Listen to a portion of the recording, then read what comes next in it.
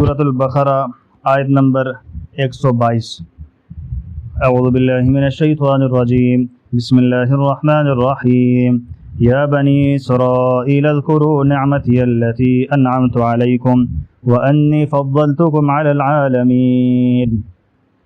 اے بنی اسرائیل، میری وہ نعمت یاد کرو جو میں نے تم کو عطا کی تھی، اور یہ بات یاد کرو کہ میں نے تم کو سارے جہانوں پر فضیلت دی تھی۔ اور اس دن سے ڈرو جس دن کوئی شخص بھی کسی کے کچھ کام نہیں آئے گا، نہ کسی سے کسی قسم کا فدیہ قبول کیا جائے گا، نہ اس کو کوئی سفارش فائدہ دے گی اور نہ ان کو کوئی مدد پہنچے گی۔ اور وہ وقت یاد کرو جب ابراہیم کو ان کی پروردگار نے کئی باتوں سے آزمایا اور انہوں نے وہ ساری باتیں کی۔ اللہ نے ان سے کہا، میں تمہیں تمام انسانوں کا پیشوا بنانے والا ہوں۔ ابراہیم نے پوچھا، اور میری اولاد میں سے؟ اللہ نے فرمایا، میرا یہ عہد ظالموں کو شامل نہیں ہے۔ اور وہ وقت یاد کرو جب ہم نے بیت اللہ کو لوگوں کے لیے ایسی جگہ بنایا جس کی طرف وہ لوٹ لوٹ کر جائیں اور جو سراپا امن ہو، اور تم مقام ابراہیم کو نماز پڑھنے کی جگہ بنا لو۔ اور ہم نے ابراہیم اور اسماعیل کو یہ تاکید کی کہ تم دونوں میرے گھر کو ان لوگوں کے لیے پاک کرو جو یہاں طواف کریں اور اعتکاف میں بیٹھیں اور رکوع اور سجدہ بجا لیں۔ اور وہ وقت بھی یاد کرو جب ابراہیم نے کہا تھا کہ اے میرے پروردگار، اس کو ایک پرامن شہر بنا دیجئے، اس کے باشندوں میں سے جو اللہ اور یوم آخرت پر ایمان لائیں انہیں قسم قسم کے پھلوں سے رزق عطا فرمائیے۔ اللہ نے کہا، اور جو کفر اختیار کرے گا اس کو بھی میں کچھ عرصے کے لیے لطف اٹھانے کا موقع دوں گا، مگر پھر اسے دوزخ کے عذاب کی طرف کھینچ لے جاؤں گا اور وہ بدترین ٹھکانہ ہے۔ اور اس وقت کا تصور کرو جب ابراہیم بیت اللہ کی بنیادیں اٹھا رہے تھے اور اسماعیل بھی ان کے ساتھ شریک تھے، اور دونوں یہ کہتے جاتے تھے کہ اے ہمارے پروردگار، ہم سے یہ خدمت قبول فرما لے، بے شک تو اور صرف تو ہی ہر ایک کی سننے والا، ہر ایک کو جاننے والا ہے۔ اے ہمارے پروردگار، ہم دونوں کو اپنا مکمل فرما بردار بنا لے، اور ہماری نسل سے بھی ایسی امت پیدا کر جو تیری پوری اتباع دار ہو، اور ہم کو ہماری عبادتوں کے طریقے سکھا دے اور ہماری توبہ قبول فرما لے۔ بے شک تو اور صرف تو ہی معاف کرنے کا خوگر اور بڑی رحمت کا مالک ہے۔ اور ہمارے پروردگار، ان میں ایک ایسا رسول بھی بھیجنا جو انہی میں سے ہو جو ان کے سامنے تیری آیتوں کی تلاوت کرے، انہیں کتاب اور حکمت کی تعلیم دے اور ان کو پاکیزہ بنائے۔ بے شک تیری اور صرف تیری ذات وہ ہے جس کے اقتدار بھی کامل ہے، جس کی حکمت بھی کامل ہے۔ صدق اللہ العظیم۔ بنی اسرائیل کا اس سے پہلے تذکرہ ہو رہا تھا۔ یہ بنی اسرائیل حضرت یعقوب علیہ السلام کی اولاد کو کہا جاتا ہے۔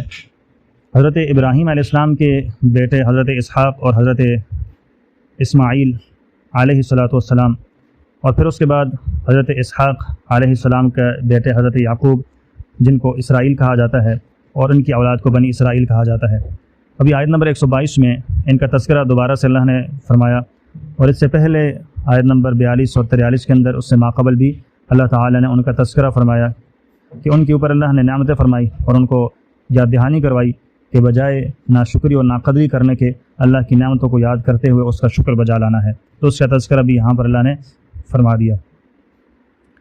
وَاتَّقُوا يَوْمًا لَا تَجْزِي نَفْسٌ عَن نَفْسٍ شَيْئًا، آیت نمبر 123 میں اللہ رب العزت نے فرمایا کہ اگر کوئی شخص بھی آخرت میں جب پکڑ ہو جائے گی اللہ رب العزت کی طرف سے، کوئی دوسرا بندہ فدیہ دے کر یا کوئی سفارش کر کے اپنے آپ کو چھڑوانے کی کوشش کرے گا تو کسی قسم کا نہ کوئی فدیہ قبول کیا جائے گا، اور نہ فرمایا کہ وہاں پر کسی قسم کی کوئی سفارش قبول کی جائے گی، اور نہ ہی کسی کی مدد کی جائے گی۔ عمومی طور پر جب بھی کوئی بندہ کسی جگہ پر قید ہو جاتا ہے تو اس قید سے چھٹکارے کے لیے یہ مختلف صورتیں ہوتی ہیں، یا تو بندہ فدیہ دے کر کچھ پیسے دے کر اپنی جان کو چھڑوا لے، یا دوسرا یہ ہوتا ہے کہ کوئی بندہ آ جائے سفارش کر لے، اس کی سفارش سے وہ بندہ چھوٹ جائے۔ تیسری صورت یہ ہوتی ہے کہ وہ جیل والے، وہ قید خانے والے، وہ خود ہی اس بندے کو چھوڑ دیں۔ تو اللہ رب العزت نے فرمایا آخرت میں ان کسی قسم کی اقسام میں سے کوئی قسم آپ کی قبول نہیں کی جائے گی، نہ یہ ہوگا کہ آپ روپیہ پیسہ دے کے اپنے آپ کو چھڑا دیں، نہ ہی کوئی آپ کے حق میں سفارش کر سکے گا۔ ہاں البتہ جو حضور علیہ السلام کی جن جگہوں پر سفارش لکھی ہوئی ہے وہ حضور سفارش فرمائیں گے، لیکن جو کفر کی حالت میں مرے ہیں ان کے حق میں کسی قسم کی سفارش بھی قبول نہیں کی جائے گی۔ سفارش صرف ان لوگوں کے لیے کہ جن لوگوں نے دنیا کے اندر کلمہ توحید پڑھا ہے، اللہ تعالیٰ کو ایک مانا، محمد صلی اللہ علیہ وسلم کو آخری نبی پیغمبر مانا ہے، اللہ رب العزت کی طرف سے ان کے حق میں سفارش تو قبول کی جائے گی، لیکن جو ایمان نہیں لائے ان کے حق میں کسی قسم کی کوئی سفارش قبول نہیں کی جائے گی، اور نہ ہی ان کی کسی قسم کی مدد کی جائے گی۔ وَإِذِ ابْتَلَى إِبْرَاهِيمَ رَبُّهُ بِكَلِمَاتٍ فَأَتَمَّهُنَّ، حضرت ابراہیم علیہ السلام کو اللہ رب العزت نے مختلف مقامات پر مختلف طریقوں سے آزمایا ہے، اور وہ حضرت ابراہیم اپنے جتنی بھی آزمائشیں اللہ رب العزت کی طرف سے آتی رہیں، ان ساری کی ساری آزمائشوں کے اوپر حضرت ابراہیم علیہ السلام پورے کے پورے اترے۔ آگ میں ڈالنا ہو یا مکہ کی سرزمین کے اوپر حضرت ابراہیم علیہ السلام کا اپنی بیوی اور نوزائیدہ بچے کو چھوڑ کر جانا ہو، یا اس کے علاوہ کوئی اور بھی آزمائش ہو، اللہ رب العزت نے حضرت ابراہیم علیہ السلام کو ساری آزمائشوں کے اندر پورا کا پورا اترنے کی توفیق اور ہمت عطا فرما دی۔ حضرت ابراہیم علیہ السلام نے دعا مانگی تھی کہ یا اللہ میری امت میں سے جو لوگ ہیں ان میں سے کچھ کو پیشوا اور رہنما بنا دے۔ اللہ رب العزت نے دعا قبول فرمائی، اور کچھ ایسے لوگ ہوئے کہ اللہ رب العزت نے ان کو پیشوا بنایا۔ حضرت ابراہیم علیہ السلام کی اولاد میں سے اسحاق اور حضرت اسماعیل، اور حضرت اسحاق کی اولاد یعقوب، اور ان کی اولادوں میں سے بہت سارے ایسے لوگ گزرے کہ جو امت کے لیے، جو لوگوں کے لیے پیشوا اور رہنما بنے۔ لیکن اللہ نے ساتھ میں یہ بھی فرما دیا تھا کہ لا ینال عہد الظالمین، کہ میرا عہد ظالموں کو نہیں پہنچے گا۔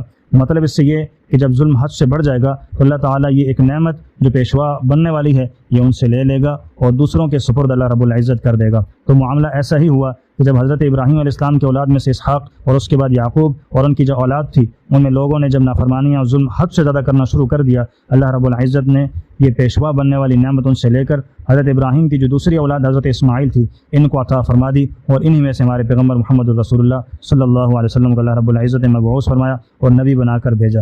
تو فرمایا کہ لا ینال عہد الظالمین، جو ظالم ٹھہرے اللہ نے ان کے ساتھ وعدہ نہیں کیا تھا، ان سے اللہ تعالیٰ نے عہد نہیں کیا تھا، اللہ نے ان سے وہ نعمت چھین لی اور دوسروں کو اللہ رب العزت نے عطا فرما دی۔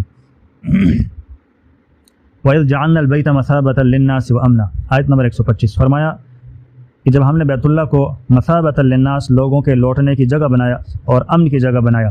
بیت اللہ کو مثابۃ للناس بھی کہا جاتا ہے، لوگوں کے لوٹنے کی جگہ۔ حج کے ایام میں ہم خود دیکھتے ہیں کہ پوری دنیا سے لوگ ایک جگہ پر اکٹھے جمع ہو جاتے ہیں، ہر طرف سے لوگ لوٹتے ہیں بیت اللہ کی طرف، اور ہمارا سب کا قبلہ ایک طرف ہوتا ہے۔ یہ لوگوں کے لوٹنے کی جگہ بیت اللہ کو مثابۃ للناس بھی کہا جاتا ہے کہ لوگ ایک طرف لوٹ کر اکٹھے ہو کر جمع ہو جاتے ہیں۔ دوسرا امن کی جگہ بنا دیا۔ امن کی جگہ اس طور پر ہے کہ کوئی بندہ بھی کسی دوسرے بندے کو قتل کر کے اگر حرم کی حدود میں داخل ہو جاتا ہے تو اس بندے کو حرم کی حدود میں قتل نہیں کیا جاتا، کیونکہ اللہ رب العزت نے اس کو امن کی جگہ بنایا ہے۔ حرم کی حدود میں سے، مکہ کی حدود میں سے اس بندے کو باہر نکال دیا جاتا ہے تاکہ وہ یہاں سے باہر نکلے اور اس سے بدلہ لیا جائے۔ یہاں پر اس کو قتل نہیں کیا جاتا، یہاں تک کہ جانوروں کو بھی نہیں مارا جاتا، اس لحاظ سے پرندوں کو بھی نہیں مارا جاتا۔ اس لحاظ سے دیکھا جائے تو بیت اللہ بالکل امن کی جگہ ہے۔